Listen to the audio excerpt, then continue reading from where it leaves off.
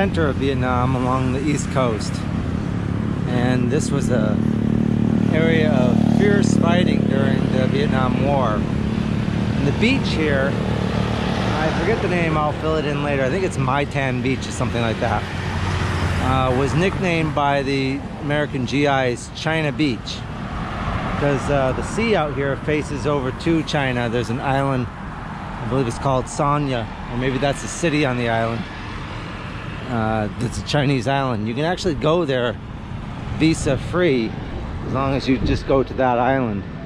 It's a pretty big island out there too. You won't see it from here, it's quite a bit a ways. But anyway, this beach was dubbed China Beach by the American soldiers.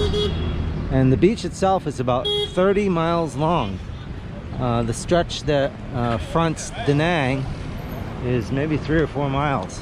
On the north end, there's a big long peninsula, and on the to the south, it goes all the way down to the historic fishing village called Hoi An, and I'll show you that in a separate video.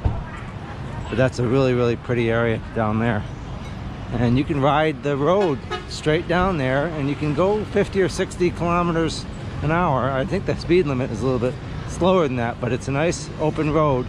It goes all the way along the coast. There's a bunch of resorts all the way along there, and it's this kind of beach all the way down there. And if I get out on the beach, you can see how far south it just curves around in an arc and keeps on going.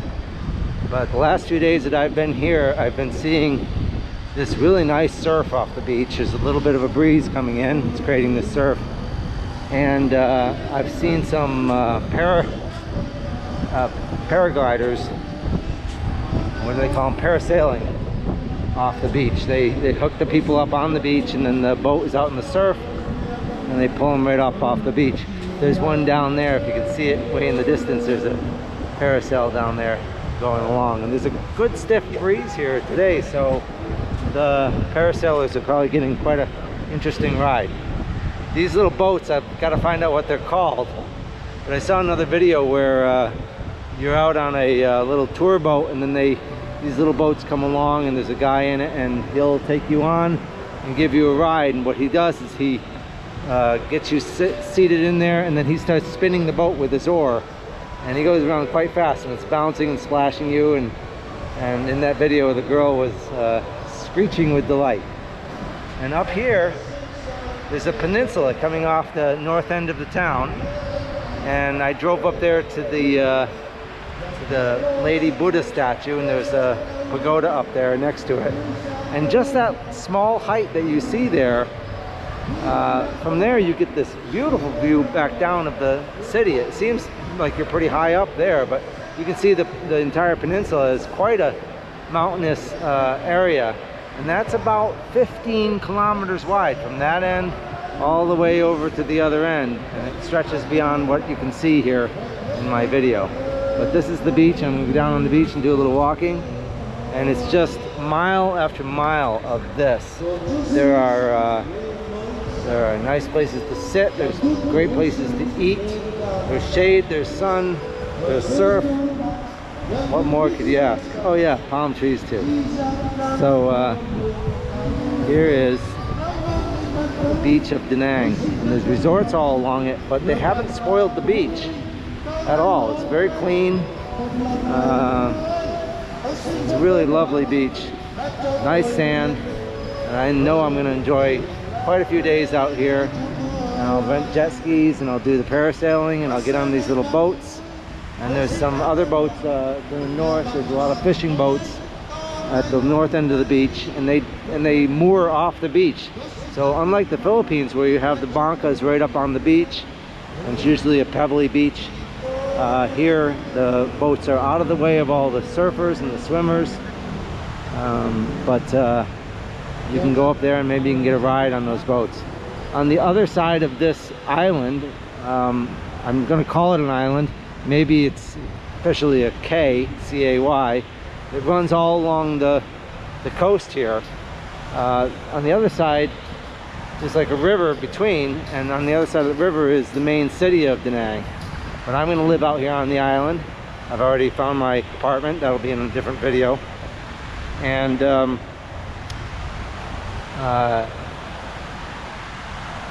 it takes about 5 minutes to cross this island to 5 different bridges that'll take you over to the city. It's really easy. I was looking at an apartment deep in the city yesterday, and it was, well, it was the day before yesterday, and it was about 3:31 in the afternoon when I left that apartment, got on my rented bike, and I had to go through actually it was 3:31. I had to go through rush hour traffic, and I got stopped and turned around once, and then I stopped and checked my GPS a couple times, and finally got to the bridge I wanted to crossed over, and I had a 4 o'clock massage I was trying to get back to the hotel for. So from 3:31, deep in the city, I left an apartment viewing. It took me 11 minutes to get across the city, across the bridge, across the island, back to my hotel at 3:42. Then I took a shower and went downstairs and got a nice massage, which was complimentary in the hotel. So it's very navigable city. You can get anywhere in the city within 10 or 15 minutes. And it's quite a large city. It's about 1.2 million in population. But it's not crowded. And there's quite a bit here. If you like food, oh my God, there's every kind of food here. There's an influx of Chinese and Korean and Western tourists here. I was talking to one of the agents helping me find an apartment, and he told me that the latest data was for January, and in January there were 400,000 tourists in the city, and so that's 40% of the population of the city. I think it's like 1.2 million people in the city. But you don't see hordes of tourists. If you go to Boracay, which is a small island in the Philippines, you see big groups of Korean tourists roaming around. Here I've seen Korean tourists. I haven't really identified any Chinese tourists here yet, but I've seen Korean tourists, a couple here, a couple there, a few girls coming back from the beach wrapped in their towels. You don't really notice because it's such a large area, and the 30 kilometers that you go south to Hoi An along this beach road, there are dozens of very, very big major resorts from Sheraton and all the major brands, and some brands I've never heard of. And a lot of those tourists, those resorts are designed to cater to them, so they're down there, and maybe they come up to the city to enjoy some food or nightlife. But for the most part, I'm right a block off the beach here, a nice little boutique hotel, and I see a few of the Asian tourists here, but mostly I think it's a lot of Vietnamese, and there's some Westerners. There's a whole Western expat district in this town, down the direction I'm walking now, and it's quite a nice little place. Got some good Western food eateries, some hostels. There's a lot of construction going down there as they convert small low-rise homes into 9, 10, 11 story, very narrow, thin buildings into hotels and apartment buildings down there. But it's a quaint little area. It's very walkable. It has its own beach. Very nice beach down there.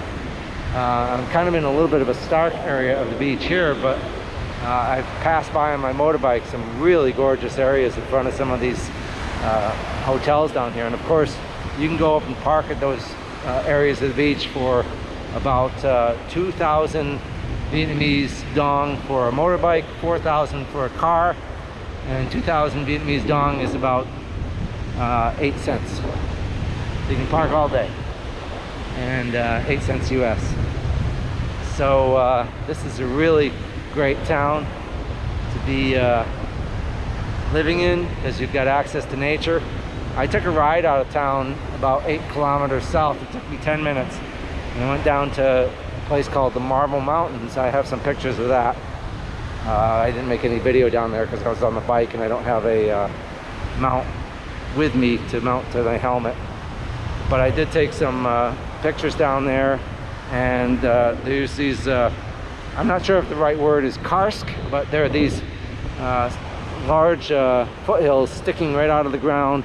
They're all granite. They've got beautiful granite cliffs, and there's areas, there's stores all around them that sell granite, that's marble, I'm sorry, marble. It's called the Marble Mountains. And they sell marble statuary, Buddha, dolphins, every kind of statuary you can imagine, for your yard or for inside your home. And it's quite big ones too. They probably sell to some of the hotels here. At night, all these hotels have lights up and down the sides of them.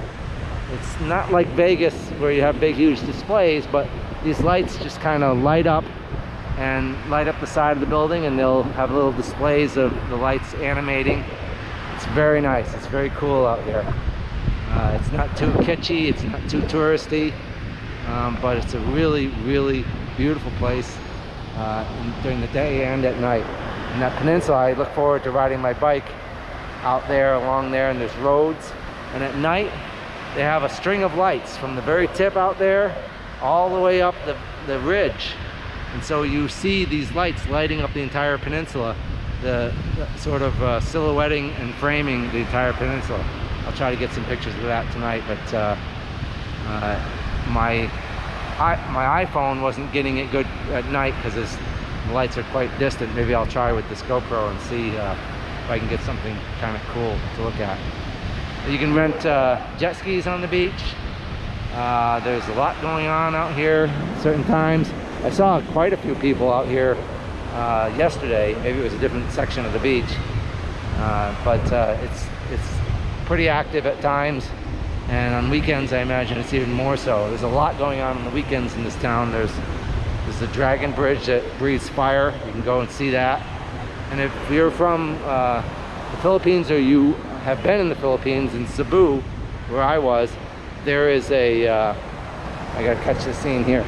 There is a Sinulog festival, and the Sinulog festival packs the city. It's just like 2 million people in the city, all jammed together, all walking through the city, and it's crazy.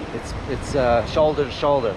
And so out here for the Dragon Bridge fire breathing or fire display on Saturday and Sunday nights, it feels like Sinulog. It's jam-packed. You can hardly walk through the crowd, but 10 minutes after that display is over, the streets are clear. All the motorcycles are gone.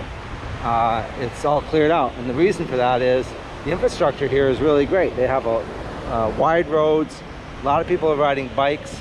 There's not jeepneys or other mass transport that's clogging the roads, and people clear out really fast. So it goes right back to normal within about 10 minutes, and you know, you're just cruising through the city looking for dinner after that, and easy to find. So this is a